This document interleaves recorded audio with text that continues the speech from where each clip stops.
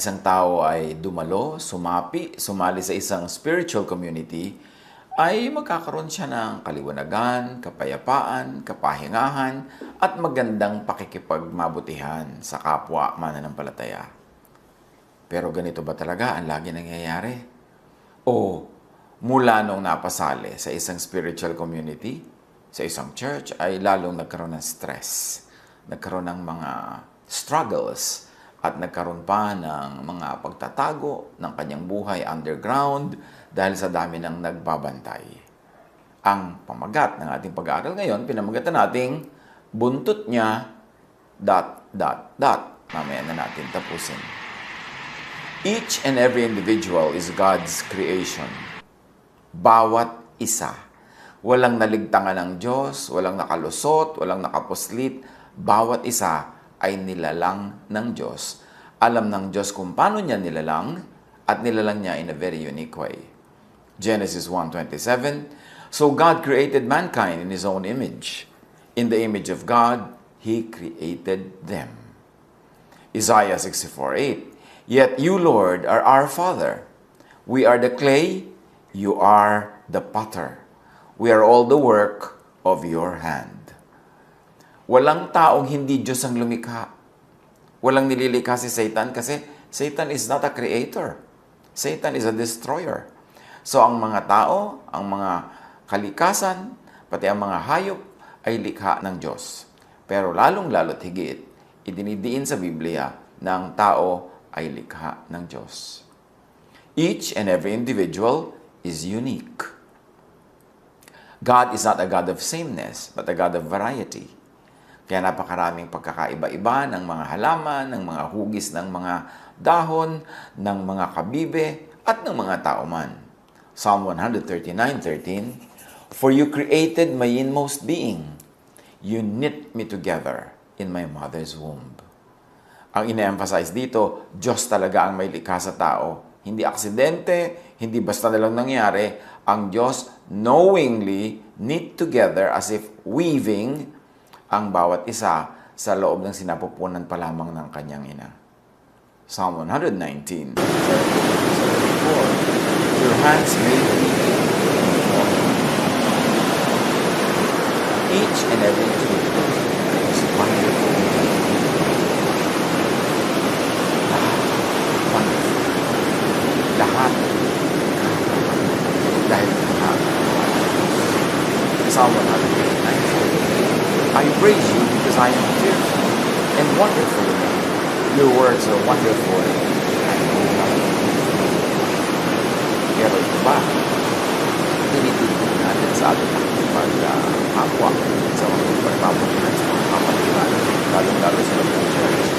I-appreciate ba natin kung paano ko naman sa bawat isa? O wala tayong hinahanap? Ibig sabihin natin before, ulang, mali, ito, yan ang nangyayari. Puro accusation, accusation. Psalm 119, your eyes saw my unformed body. All the days ordained for me were written in your book before one of them came to be. At dahil Diyos ang lumikha sa bawat isang tao, Diyos ang knowingly, consciously, ang nag-create sa bawat isa sa atin, at dahil doon, alam niya kung saan pupunta ang ating buhay. Alam niya kung saan tayo naka-incline. So doon tayo pupunta. Alam niya kung anong talent ang binigay natin. So doon tayo lalago at doon tayo magpa-prosper. Alam niya kung ano ang ibinigay niya sa ating mga kakayanan. Kaya alam niya kung ano ang pwede natin ma-accomplish. Hindi lingid sa Diyos ang pagkakalikha sa bawat isa. Kaya lalong hindi lingid sa Diyos kung saan pupunta ang bawat isa. Kaya sabi, you ordained for me. All the days ordained for me were written in your book before one of them came to be. Samantalang merong free will sa mga details ng buhay, pero yung general direction, yun ay Diyos na ang nagtakda. Kasi Diyos ang lumikha sa naturalesa ng tao. Each and every individual, therefore, should be allowed to be himself or herself. Dahil Diyos ang lumikha sa bawat tao, babae man o lalaki, dahil Diyos ang lumikha sa bawat nilalang, alam niya ang kanyang nilikha, alam niya kung saan pupunta yung kanyang nilikha, Therefore, dapat payagan ng bawat isang tao na tahakin ang landas na itinakda sa kanya ng Diyos, na maging totoo siya sa kanyang sarili na nilikha ng Diyos at payagan siya na maging siya. Huwag siyang gawing kopya ng iba, huwag siyang gawing anino ng iba, huwag siyang ilagay sa molds or sa pattern.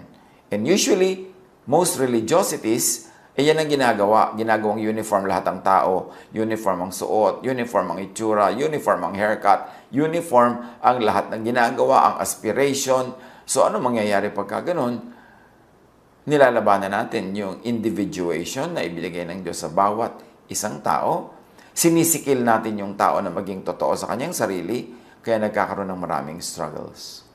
Proverbs 27:22, though you grind a fool in a mortar, grinding them like grain with a pestle, you will not remove their folly from them. Kahit daw durugin mo pa, dikdikin mo, gilingin mo ang isang hangal, hangal pa rin siya. Hindi matatanggal yung pagkahangal niya. Ano sinasabi doon? Di ganun din yung kung ano ang human nature ng tao, ano man ang gawin mo sa kanya, yun at yun din ang lalabas. Kaya yung mga pamilya na pinipilit ibahin ang kanilang mga anak, pasunod rin sa isang kagustuhan.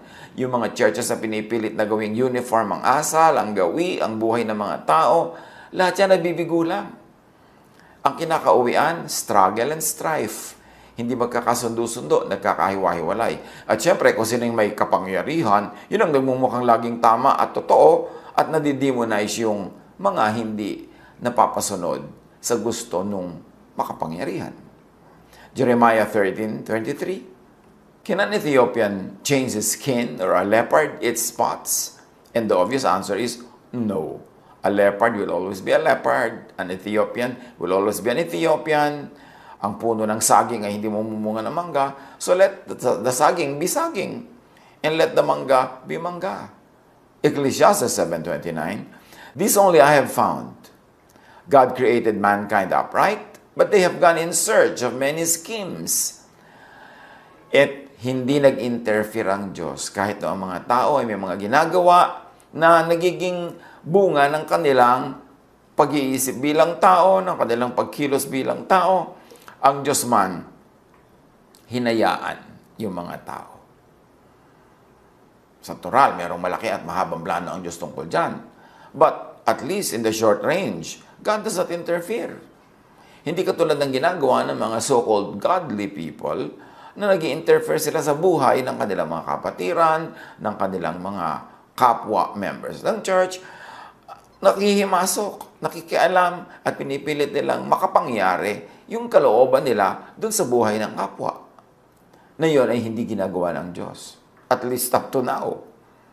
Each and every individual, therefore, is responsible for his or her personal conduct before God and the state. Now, sinali natin ang state sa usapan. Kanino ba tayo nananagot? Kanino ba responsible ang tao? Under the authority of God, of course, and then by the state. Kung ano ang bansa na kinabibilangan niya, na meron yung legitimate government, yung mga batas ng gobyernong yon ang nangingibabaw at siyang mangyayari at mag-ahari sa buhay ng mga citizens. Meron ganun tayong pananagutan to the state and to God. Pero may ganun ba tayong pananagutan sa kapwa natin? Halimbawa ay kapwa members of church. Meron ba talaga siyang karapatang makialam sa buhay natin? Panghimasukan tayo at tayo'y baguhin ayon sa kanyang pinaniniwala ang dapat ay mold o pattern na tama? We are responsible and answerable to God and to the state. Pero yung answerability natin sa isa't isa may hangganan. Each and every individual is answerable to God for his or her spiritual conduct. So yung mga bagay na spiritual, sa Diyos ka nagsasubmit. Ecclesiastes 3:17, I said to myself, God will bring into judgment both the righteous and the wicked. For there will be a time for every activity, a time to judge every deed. At sino ang judge? Ang Diyos, hindi ang kapwa. Kailan ang pagsuri? Kailan ang pagsukat? Kailan ang pagtimbang? Nasa kamay ng Diyos ang time. Pero hindi pa ngayon. Yung iba naman, kapwa-tao lang, nauuna pa sa Diyos mag-judge, manuri at tumimbang, kaya pinangungunahan pa nila ang Diyos. Merong panahon, And each and every individual should be measured by his or her personal faith and conviction or conscience. Kung ano ang iyong conscience, yun ang magiging judge mo. Kung ano ang itinuro sa iyo ng Diyos na tama at mali, yun ang gagawin panukat sa iyo. Pero make sure na ang pinaniniwalaan mong tama o mali ay galing talaga sa Diyos. Baka naman opinion lang yan ng tao. Baka doktrina lang ng isang sekta, pero hindi naman talaga galing sa Diyos.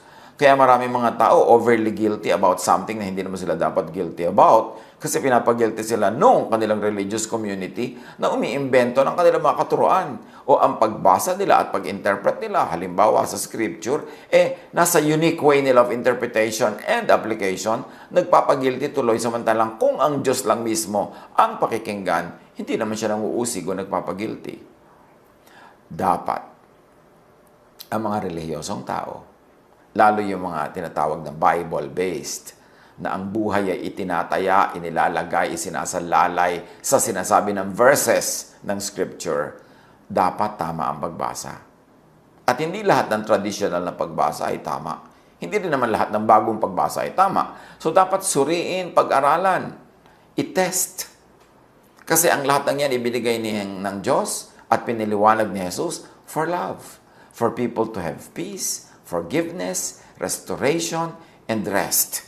So kung hindi yun ang bunga ng ating relihiyon, ng ating interpretasyon, ng ating hermeneutics, mag-isip-isip tayo. Baka liko, baka lihis. Each and every individual will be measured by his or her personal faith. So yung paniniwala mo, yung interpretasyon mo, yung application mo dyan, huwag mong ipilit sa akin. Ipilit mo yan sa buhay mo. Buntot mo, hila mo.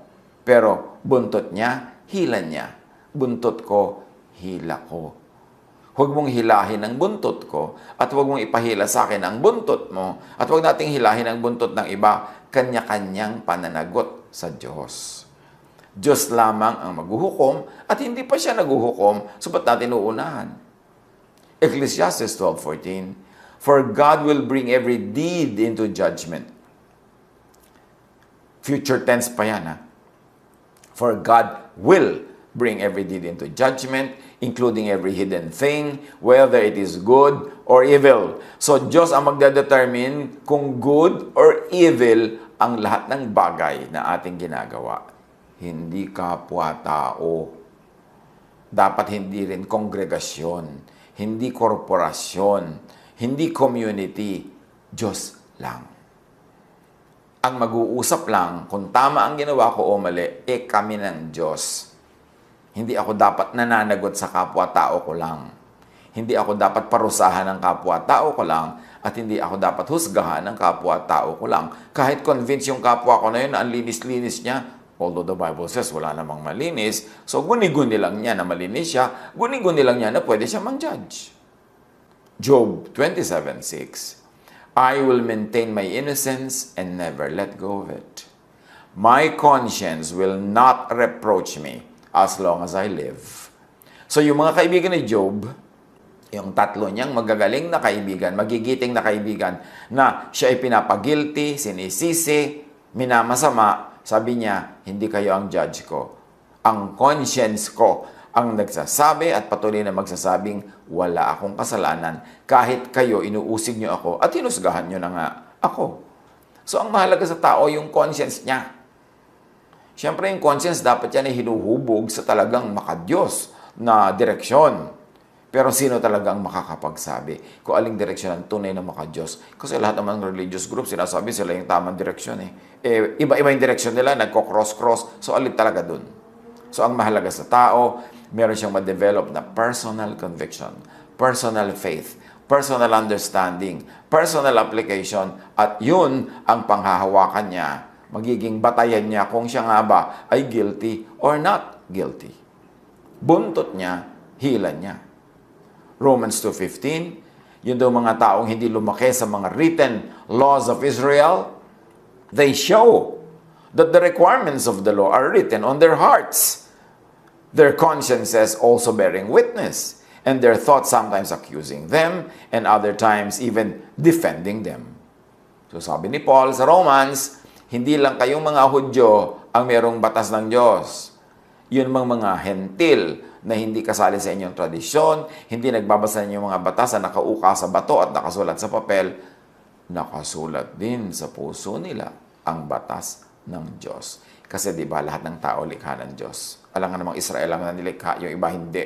Extra lang. Alam nga namang sa Diyos lang nagpakilala, ang Diyos ay nagpakilala sa Israel lamang, tapos kinalimutan niya ang lahat ng buong humanidad. Pwede ba mangyari yon? Nung ipanganak nga si Jesus, nagdatingan yung mga wise men from the east, they were not even Israelites. In fact, the Israelites were unaware that Jesus was born. So, hindi lang sa mga Israelites nagpapakilala ang Diyos at hindi lang sa pamamagitan ng mga batas ng Israel nalalaman ang mga batas ng Diyos kasi yan ay isinusulat niya sa puso ng bawat tao, ng bawat lahi. So, each and every individual is answerable to the state, to the government, for his or her legal conduct.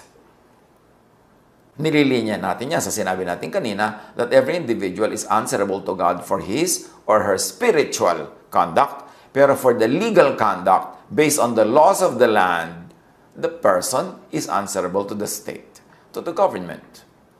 Romans 13:1, let everyone be subject to the governing authorities, for there is no authority except that which God has established.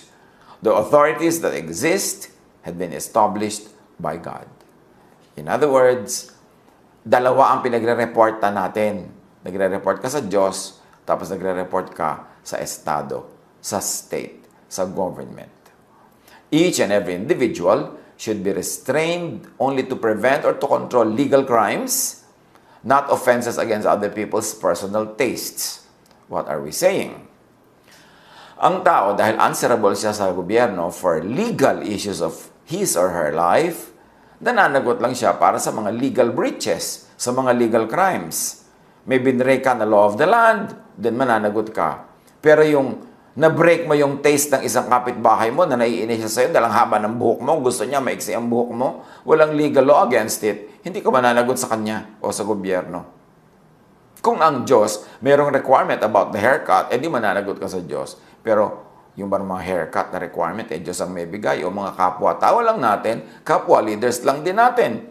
Pag nagbabasa kayo ng scripture, itatanong nyo rin sa inyong sarili, sino may sabi nito? Diyos ba? Si Jesus ba? Si Paul ba? Si Moses ba? Si Peter ba? Kasi ang Diyos ay iisa lang. Ang Diyos lang.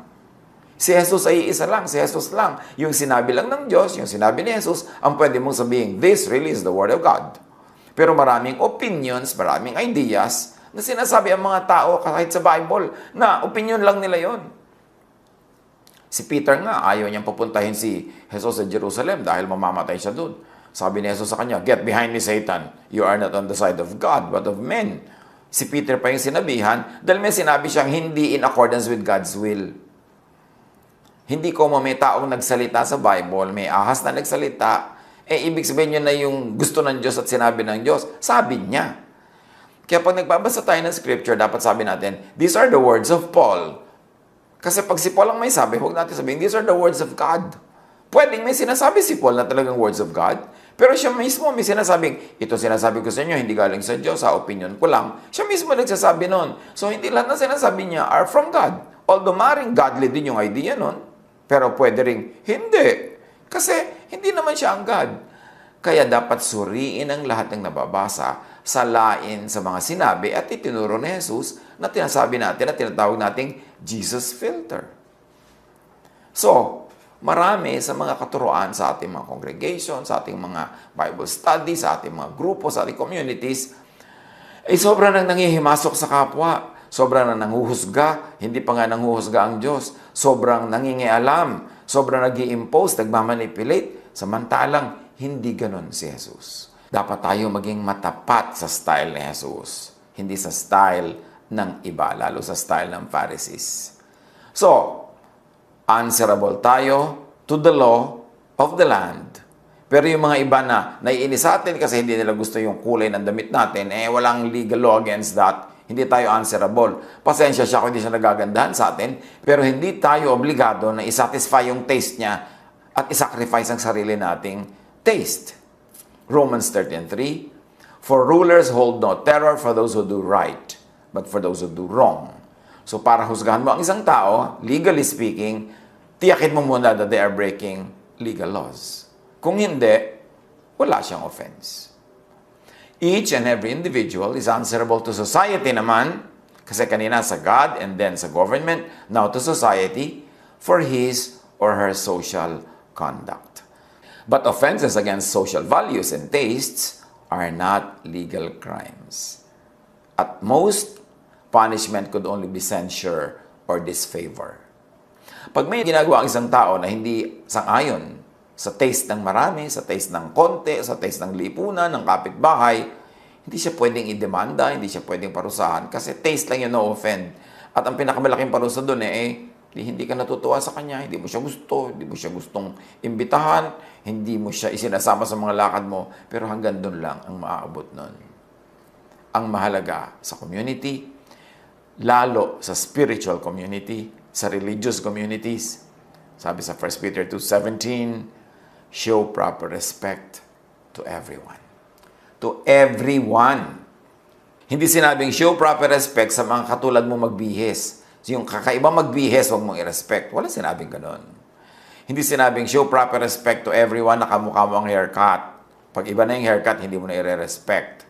Show proper respect to everyone who behaves and moves and talks and sings like you. Walang ganun. Kasi nga, we are all individuals, individually made by God, and we are all wonderfully made. Dapat nating matutunan na i-respect yun.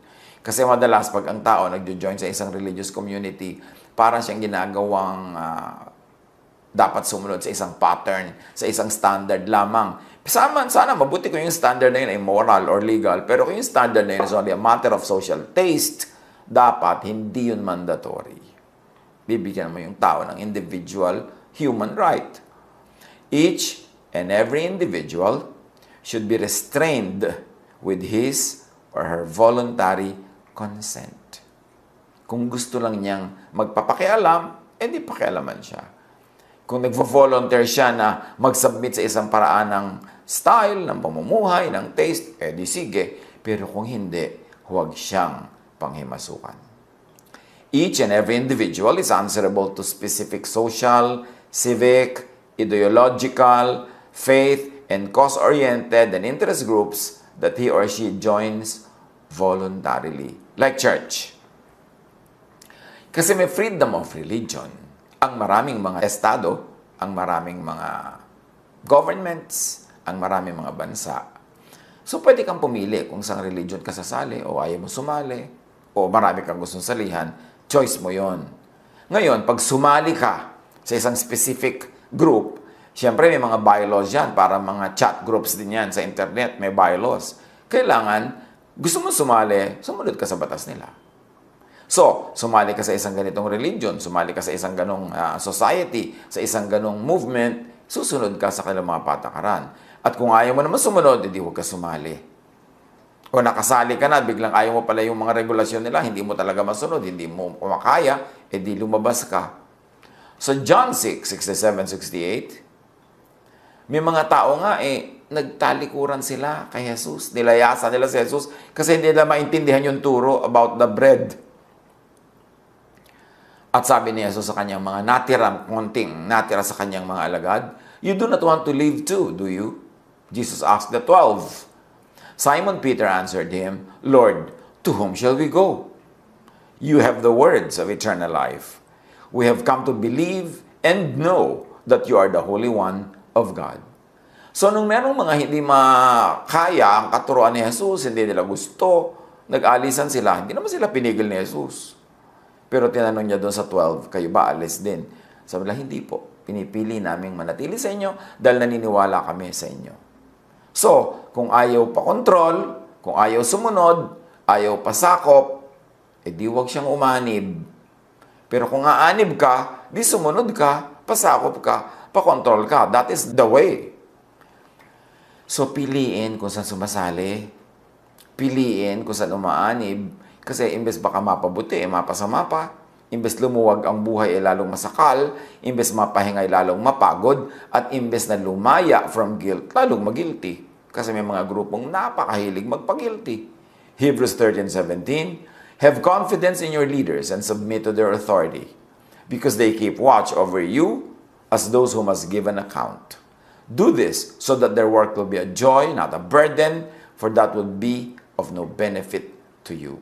So pag sumali, sumunod. Pero kung ayaw sumunod, huwag sumali. Yung mga iba na talagang daing ng daing.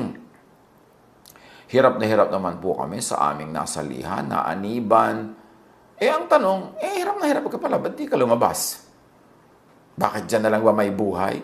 Nandyan na lang ba sa kaisa-isang grupo na yan ang Diyos? Na solo na ba yan ang daan patungo sa kalangitan? Ngayon, kung hindi sakto, hindi angkop sa yung personal circumstance, yung mga patakaran, for everybody's peace, di dapat lumabas ka para tahimik sila, tahimik ka rin.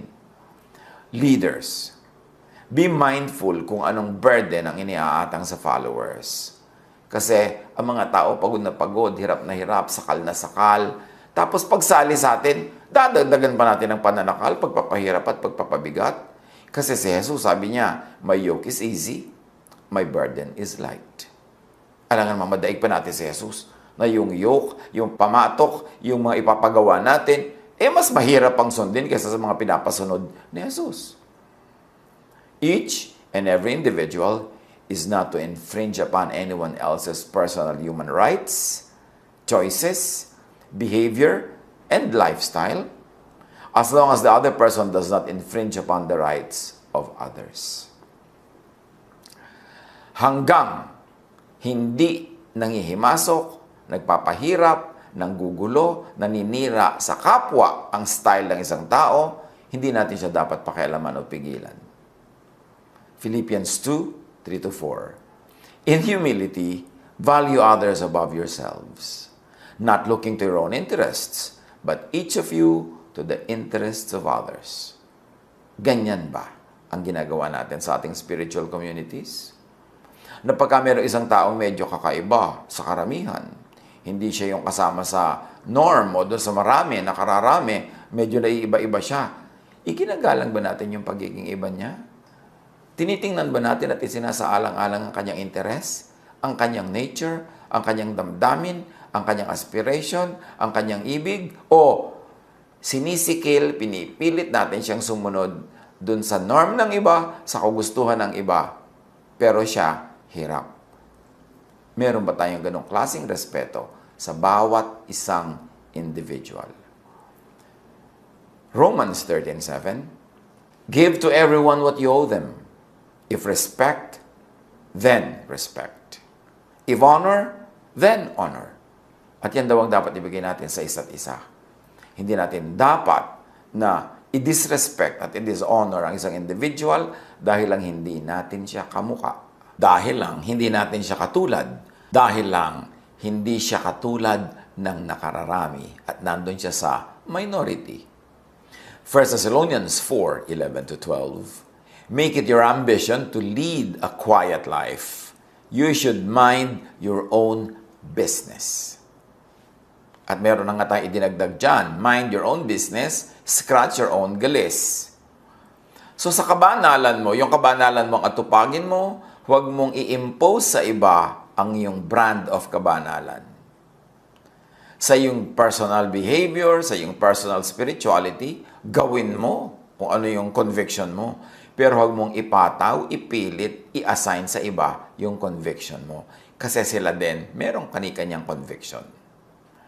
Ang lahat tayo nagsasubmit lang sa common law of the land at sa common laws of God. Pero yung mga cultural application niyan, yung mga personal application and interpretations, may kanya-kanya tayong karapatan at kakayanan at pangangailangan na gawing personal sa atin ang pananampalataya, personal ang Diyos, personal ang ating godliness, hindi corporate. Kasi we are all individually, wonderfully made.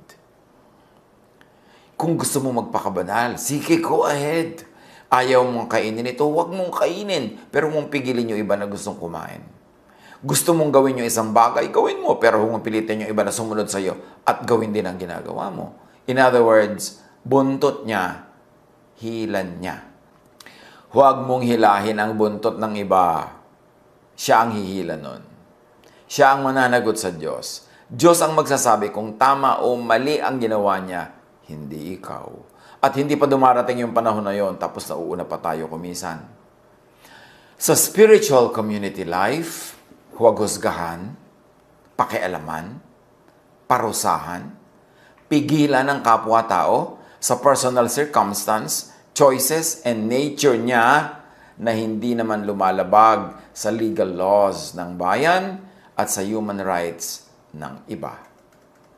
Pagka ang tao hindi lumalabag sa batas ng bayan, hindi naman lumalabag at sumisira sa human rights ng iba, hindi natin siya dapat pakialaman. Choice niya yun.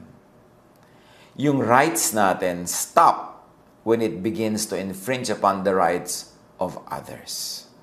At lahat merong religious rights, merong religious freedom, hindi tayo dapat mag-impose.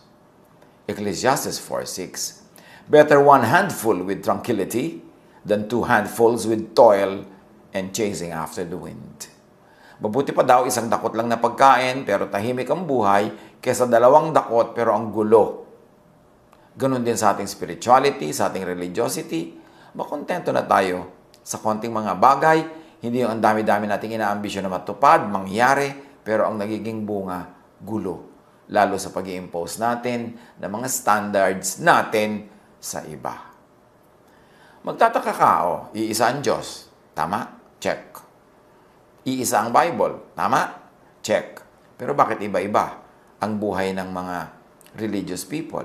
Iba-iba ang kanilang mga ugali, iba-iba ang kanilang mga patakaran, iba-iba ang sistema ng kanilang pamumuhay, kasi iba-iba yung leaders nila eh. Yung leaders nila ang nag-i-interpret ng kaisa-isang Bible. So kung may 10 leader, may 10 iba-ibang interpretation.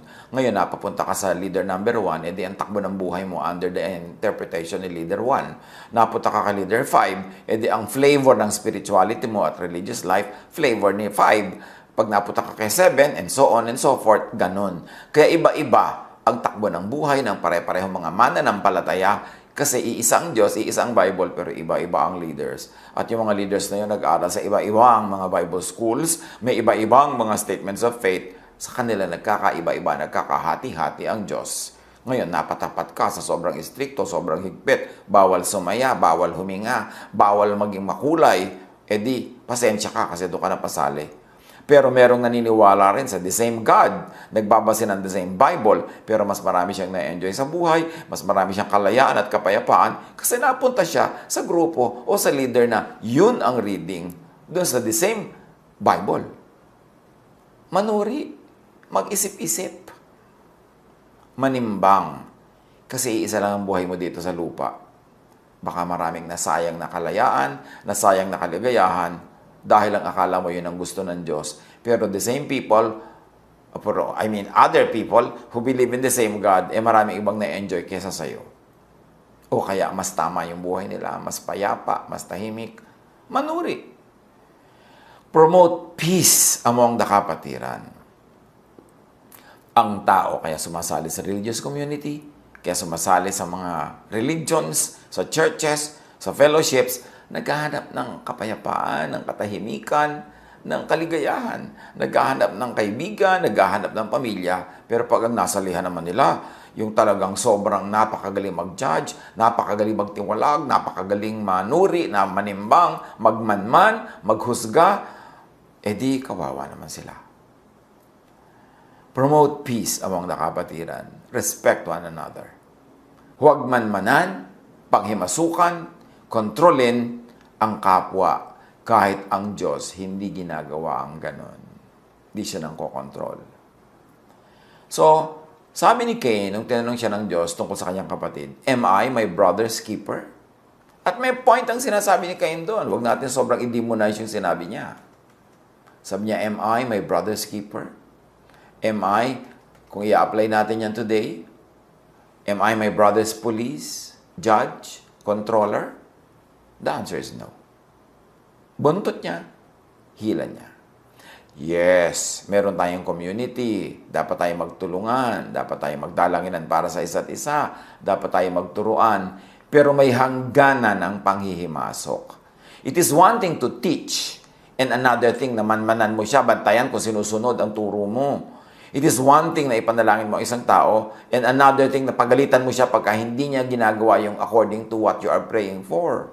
It is one thing na hiningan ka ng payo, nagpayo ka, tapos mamanmanan mo kung sinunod ka o hindi, at magagalit ka pag di ka sinunod. Magkakaiba yon. Yes, manalangin para sa isa't isa, magturo, magdalanginan, mag-akayan, magtulungan, pero huwag magpulis, huwag maglitis, huwag mag-judge. Sa Diyos lang yon.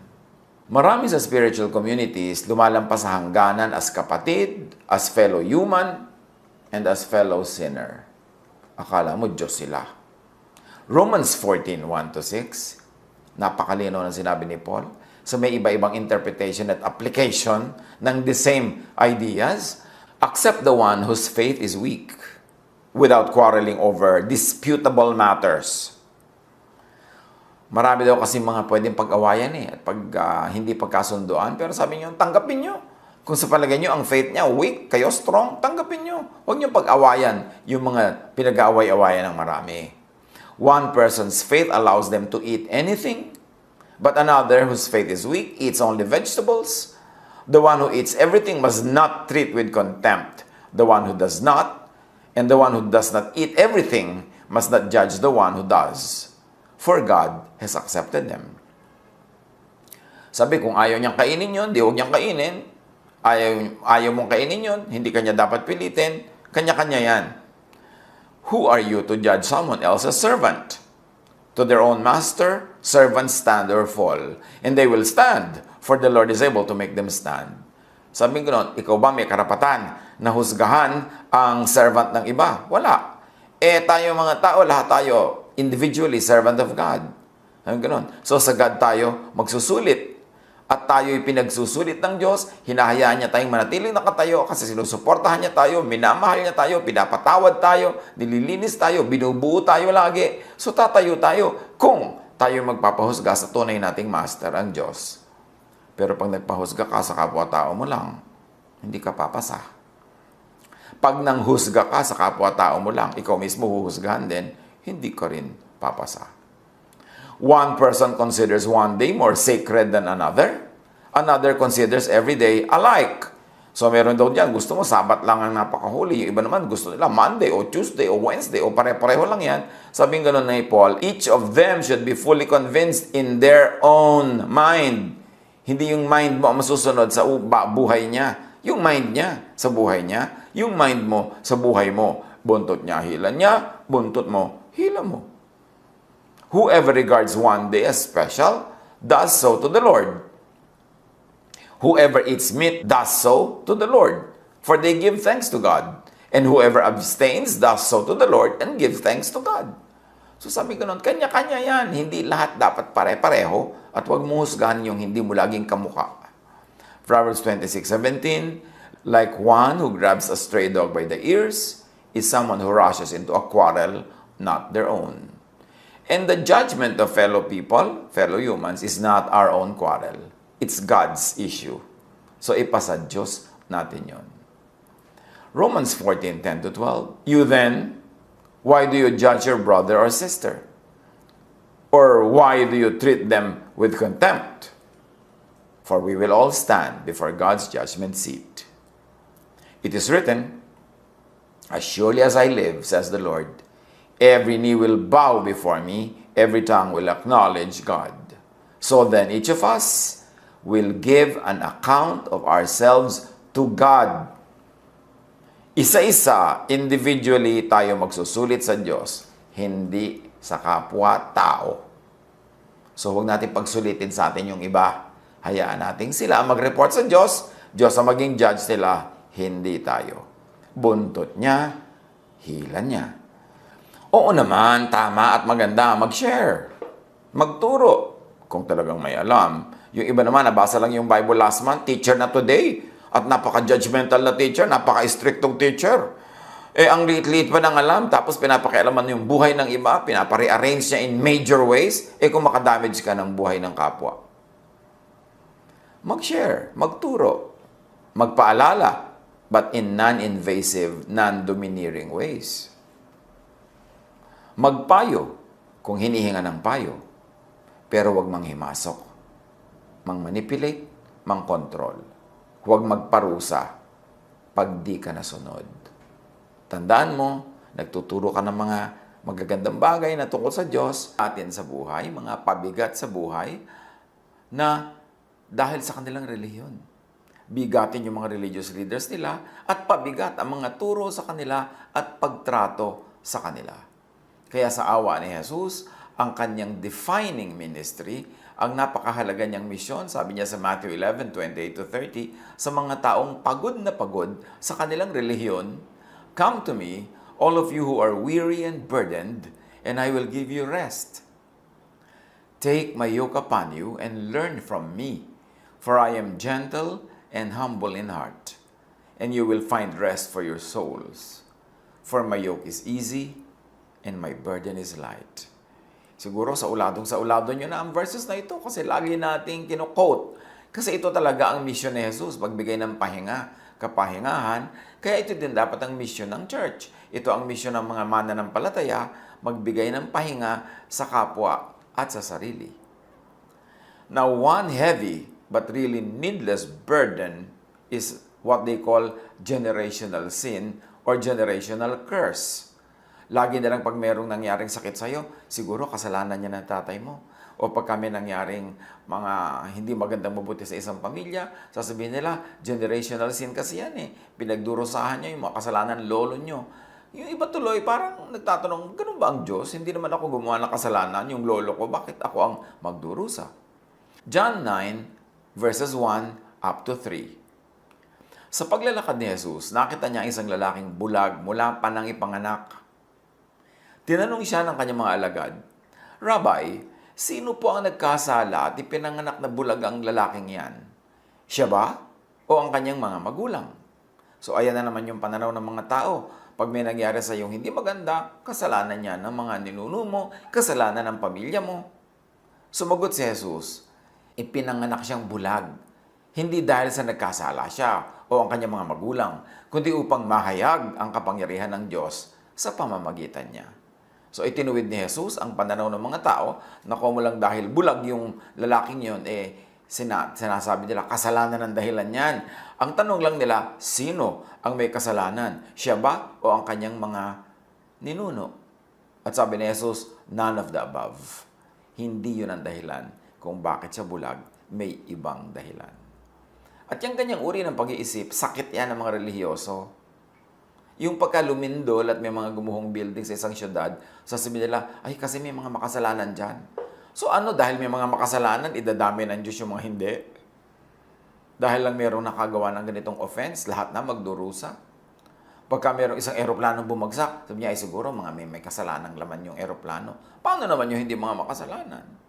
Laging ganyan ng mga tao. Pagka bumaha sa isang lugar, maraming namatay, ang sisisihin ng Religion 1, yung Religion 2.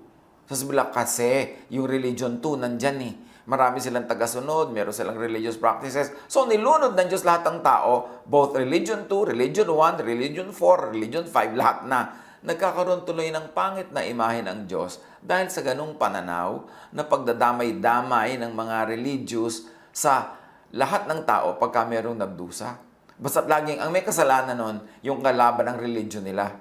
Either relihiyoso rin, kaya lang kalaban ng religion nila, o hindi relihiyoso, makasalanan na pinagagalitan naman at itinatakwil ng religion nila. Laging iba ang sinisisi. Pero tama ba yun? Para rin, nagkasakit ka, dadalawin ka ng mga kapatiran sa church, tapos ibubulong sa'yo, mag-confess ka na, baka may kasalanan ka. Siguradong may kasalanan ka, kaya nagkakaganyan ka. Ganyan nga ang ginawa ng mga kaibigan ni Job sa kanya eh. Ang dami-daming nangyaring dilubyo sa buhay ni Job, pero alam nating hindi siya makasalanan, hindi yun parusa. Pero pinipilit ng mga kaibigan niya na parusa yon, aminin na niya ang kasalanan niya para matigil na ang paghampas sa kanya ng langit. Maraming baluktot na isip dahil relihiyoso. Nakapag-aral lang ng 3 verses, alam na ang lahat at ginajudge na ang lahat. O nakapakinig lang kay ganito at ganon, nakabasa sa balutan ng tinapa, nakarinig sa ganong programa, yun na agad ang ipaglalaban. Mabuti sana kung nakakapagbigay pahinga, nakakapagpabait, nakakatulong. Paano kung nagja-judge? Nang ko-condemn? Naninisi? nagpapahirap ng dalahin ng mga hirap na nga. Sa pagpapatuloy, Ezekiel 18:20, ang nagkasala ang dapat mamatay. Ang anak ay di dapat magdusa dahil sa kasalanan ng ama. At ang ama ay di dapat magdusa dahil sa kasalanan ng anak. Ang matuwid ay mabubuhay dahil sa kanyang pagiging matuwid, at ang masama ay mamamatay sa kanyang kasamaan. Sabi ng Contemporary English Version, only those who sin will be put to death. Children won't suffer for the sins of their parents, and parents won't suffer for the sins of their children. Good people will be rewarded for what they do, and evil people will be punished for what they do. So, kung sino daw ang may kasalanan, siya lang dapat ang magdusa. Siya lang dapat ang parusahan. Pero again, marami na namang application na ginagawa ang mga relihiyoso dito. Ang tinutinunong tatay na pastor, ang husay-husay sa paglilingkod, tapos meron siyang isang anak na dalagang biglang nagbuntis ng walang asawa, tatanggalin ng church yung pastor sa pagiging pastor dahil sa kasalanan ng kanyang anak. Mayroong mga pastor na ang mga anak nila ay lasenggo o drug addict o nakapatay o anuman, yung pastor na nananahimik sa kanyang ministry ang tatanggalin. Dahil ipagpipilitan nila yung katuroan na dapat pag pastor ka, perfect ang iyong household. Pag hindi mo na-lead ang iyong household, how can you lead the church? Ano ba naman klaseng pananaw yun? Of course, may mga ganong pananaw ng New Testament times pero hindi galing kay Jesus ang katuroan na yun. Marami tayong pinagdurusa dahil sa kasalanan ng iba o sa perceived kasalanan ng iba. Kahit hindi talaga kasalanan, tingin lang natin kasalanan, pinagdurusan na natin ang lahat. Mayroong leader ng choir, yung anak niya nagkaroon ng ganito at ganyang issue, tatanggalin siya sa pagiging choir leader. Mayroong official ng church, tatanggalin dahil yung kanyang asawa ay nangalon niya. Sa Bible nga, may mga propeta pa, yung asawa mismo nila, nangalon niya, propeta pa rin sila. Pero napakalaking pabigat, pahirap ang ginagawa natin sa kapwa. Kaya tuloy, we really punish those who serve the Lord. We punish church workers rather than reward them because we make them answerable for every sin ng kapitbahay, ng kabarangay, ng kababayan nila. Tama ba yan? Sabi ng Ezekiel, kung sino lang ang may kasalanan, siya lang ang dapat magbayad. Ecclesiastes 12:14, for God will bring every deed into judgment, including every hidden thing, whether it is good or evil. So, ang Diyos ang magbibigay ng pataw na parusa, hindi ang tao. Ang Diyos ang magsasabi kung sino may kasalanan kasi alam niya ang lahat. Hindi niya kailangan ng investigasyon. Hindi niya kailangan ng witch hunt na ginagawa ng maraming churches. Yung nagmamanman sa mga kasalanan ng iba, nagre-report pa yung mga ahente nila sa pagmamanman, tapos ipapatawag ka ng kung sinong nagbabanal-banalang konseho, ililitising ka nila. Kala mo sila wala mga kasalanan din, hindi lang nga bisto. Pahirap ang ginagawa ng Pharisaic religiosity, ng law-based and legalistic religiosity. Kaya kung minsan, mabuti pa, huwag ka na lang mag-member ng church. Tahimik ang buhay mo. Kesa nagpunta ka doon, ginajudge ka ng lahat. Lingkod ka ng lingkod, donate ka ng donate, tapos pag nagkasala ka, sisipain ka nila. Pag nagkasala yung pamilya mo, pati ikaw, tatanggalan ng ministry. Anong klaseng pakikitungo yun? Hindi yun Jesusness. Mosesness yun. Sometimes Paulness pa nga. Sometimes Jamesness. Pero hindi Jesusness. Kaya dapat lahat ng katuruan salain kay Jesus. Kasi Jesus' name is the name above every name. Jesus is Lord of Lords and King of Kings. Dapat ang katuruan niya ang manaig at sa katuruan niya salain ang lahat ng mga ibang katuruan na paiiralin among the believers. God will bring every deed into judgment. So siya dapat, hindi dapat nagmi-meeting ang mga tao, huhusgahan, lilitisin ang mga may kasalanan, tapos hihiyain, ipupubliko, pagkatapos tatanggalin sa ministry. Ang tawag nila discipline. Wala namang nakaka-recover sa ganyan. Yung sinasabi nila, i-restore, mamaya, after 2 or 3 weeks ng restoration, umaalis din dahan-dahan doon sa church. Kasi na-judge na sila. Things are never the same. Romans 14:12. So then, each of us will give an account of ourselves to God. Hindi to men. Hindi to committees. Hindi to an assembly. To God. Kasi God, ang author of morality and correctness, so siya ang nakakaalam kung sino talaga nagkamali. At salamat na lang, mabait ang Diyos na yun. na hindi siya nasisiyahan sa image na ibinigay sa kanya ng relihiyon sa Israel. Kaya ipinadala niya si Jesus para ituwid ang mga pagkakamali sa pagpapakilala sa kanya ng relihiyon. Na masungit, magagalitin, mahilig magparusa, hindi nagpapatawad, mabilis na manakit ng mga nagkakasala. Ganun kasi ang maraming churches. Pero hindi ganun ang Diyos at hindi ganun si Jesus. Kaya mahalaga, bring Jesus back to Christianity. Kasi kung minsan, ang laman ng Christianity, legalism, laws, Moses, etc., etc., etc., hindi si Jesus. So, each of us will give an account of ourselves to God. Kaya't bawat isa sa atin ay magbibigay sulit sa Diyos. Kaya talaga namang ang title ng pag-aaral natin, buntot mo, hila mo, alangan namang hilahin mo ang buntot ng iba, at alangan namang ipahila mo sa iba ang buntot mo. Huwag hilahin ang buntot ng iba. Huwag akuin ang kasalanan ng iba. Huwag saluhin ang kahihiyan na dapat yun lang merong ginawa ang mahiya. Usong-uso yan sa pamilya. Yung kapatid, bumagsak sa school. Ang nahihiya, yung mga buong pamilya niya, pati hanggang pinsan. Usong-uso yan. Merong isang babae na nagkaroon ng premarital pregnancy. Hiyang-hiya yung magulang, hiyang-hiya yung mga kapatid, pati lola.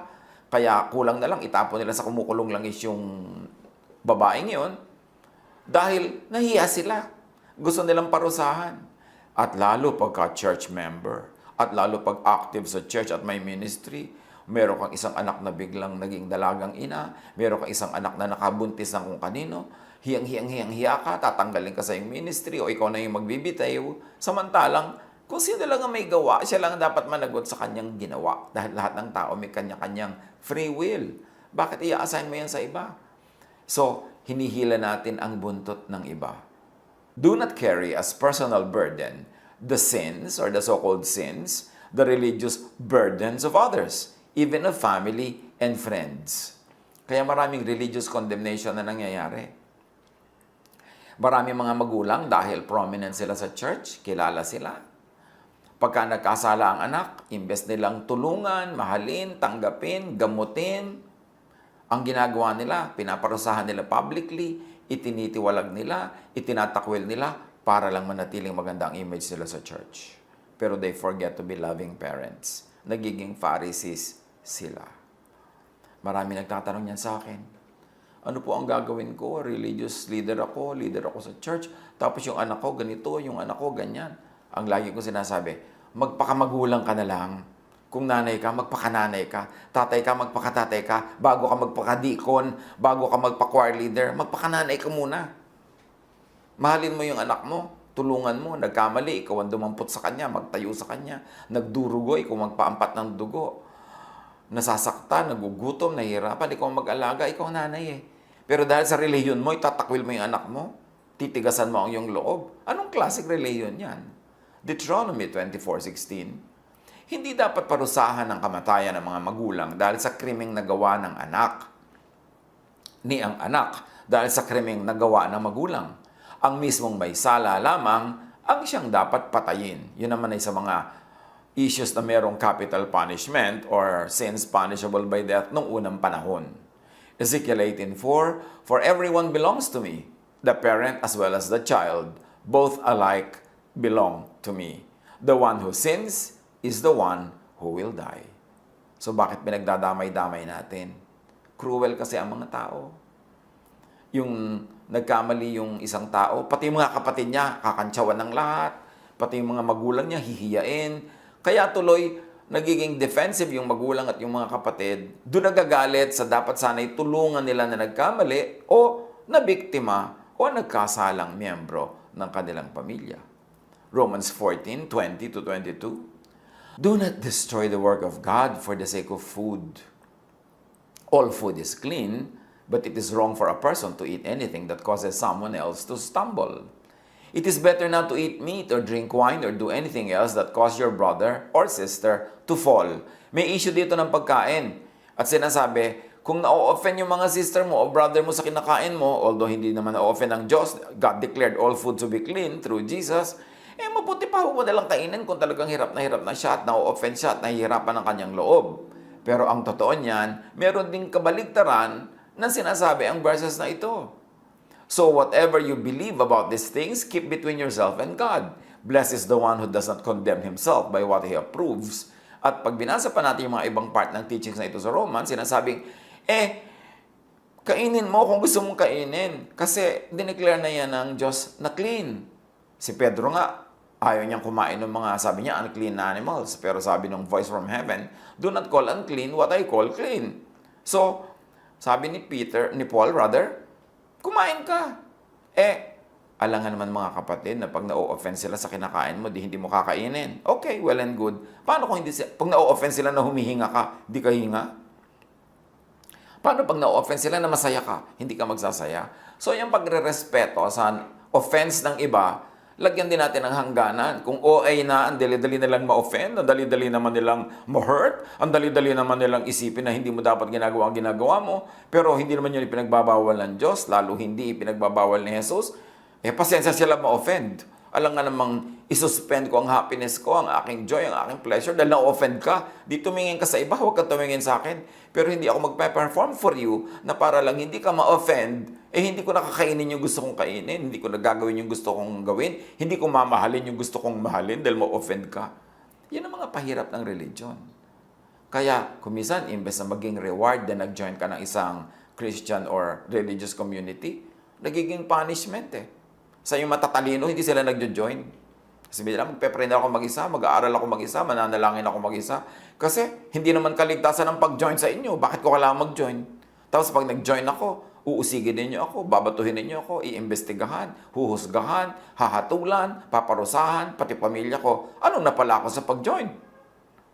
Dapat magpakatalino yung churches that we should reward people who come under the roof of the church with love, with kindness, with goodness. Yes, with teaching. Yes, with discipline. Pero yung nasa lugar, hindi yung nakakasakit lang, nanghihiya lang for the image of the church.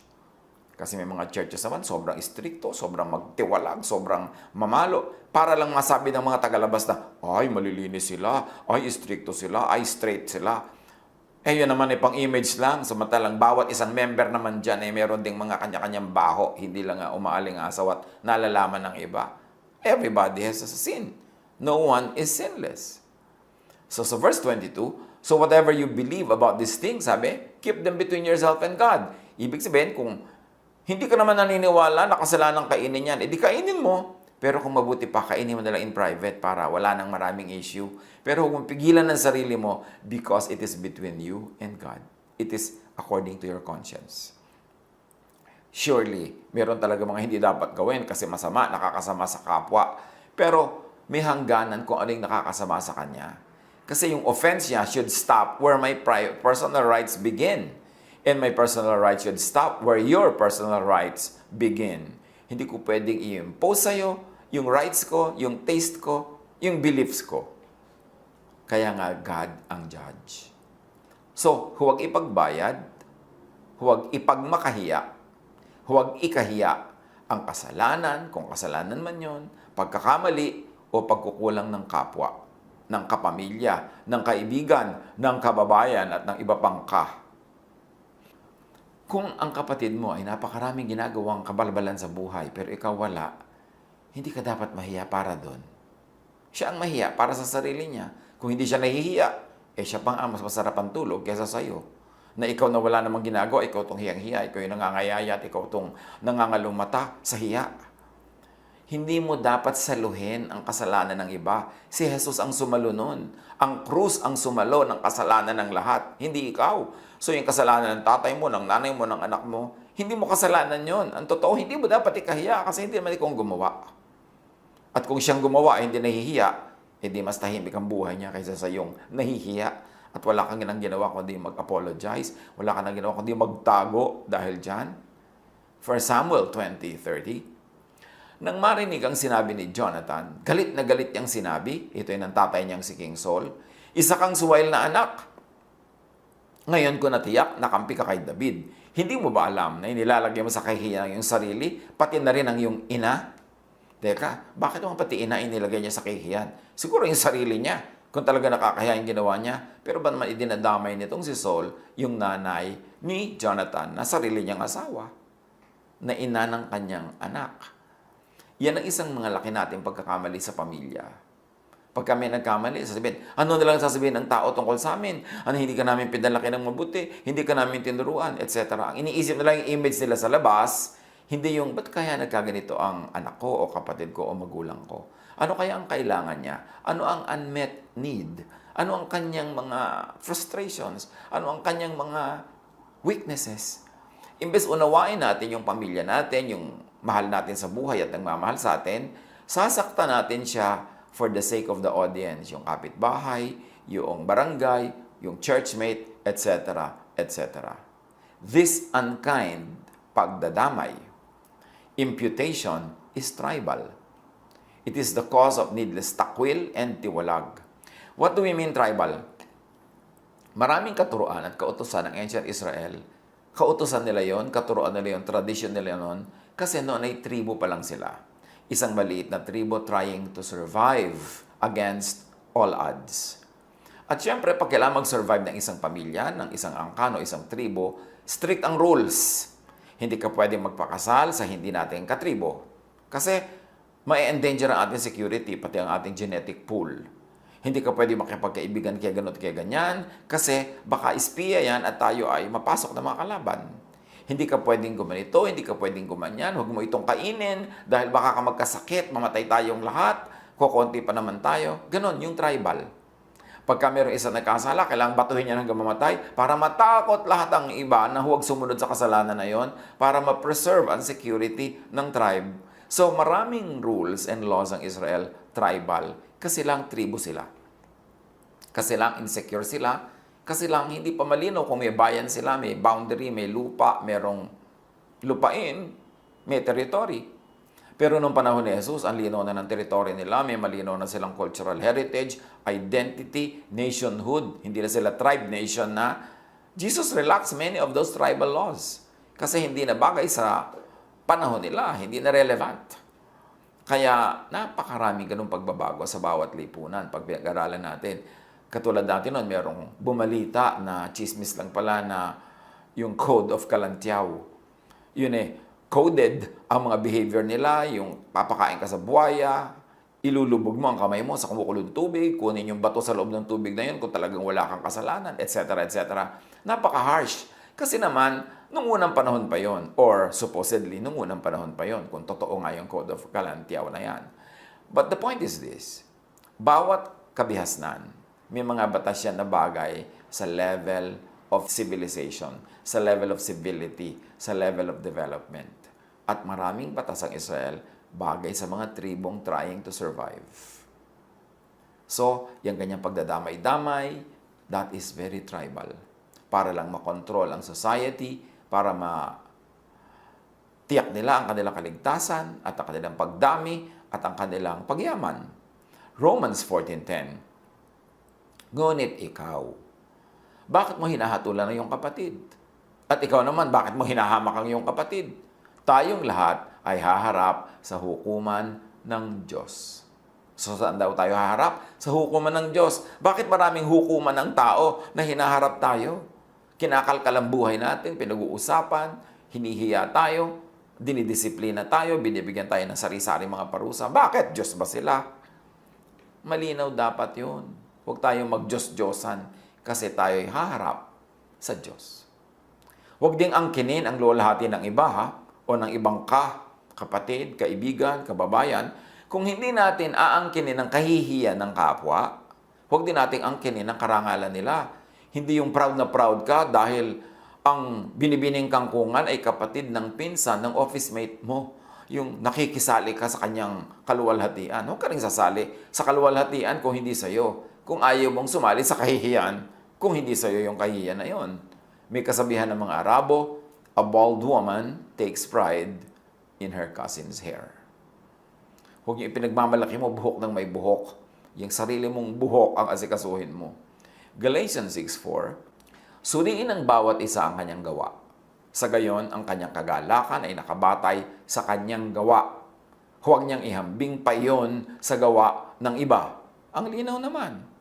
Kaya kapatid mo yan, churchmate mo yan, kabarangay, kaprobinsya, ka-region, yung gawa niya, kanya, hindi sa'yo. Personal yan. Hindi regional. Hindi yung sobra na naman tayo napaka-regionalistic. May ka-region lang tayo na lumalaban sa isang beauty contest. Kahit na mukhang kaldero, siya ang gusto nating manalo. Samantalang yung isa naman na mukhang kawali na galing sa kabilang region. Pinipintasan natin. Dahil lang ibang region siya. Ang bawat buntot, ang may-ari, ang hihila. Huwag ding ipahila sa iba ang iyong buntot, ang iyong sense of morality, ang iyong baggage. Kung na-offend ka sa ibang bagay, ikaw na lang ma-offend. Huwag mo nang idama yung iba.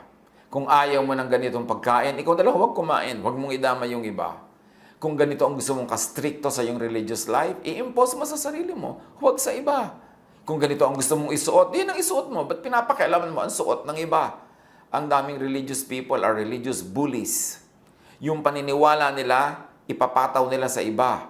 Yung interpretation nila, pipilitin nilang yun din ang interpretation ng iba. At yung taste nila, pipilitin nilang yun din ang taste ng iba. Hindi ganon si Jesus. Ganon ang mga Pharisees. Romans 14:13, huwag na tayong humatol sa isa't isa. Huwag rin tayong maging dahilan ng pagkatisod o pagkakasala ng ating kapatid.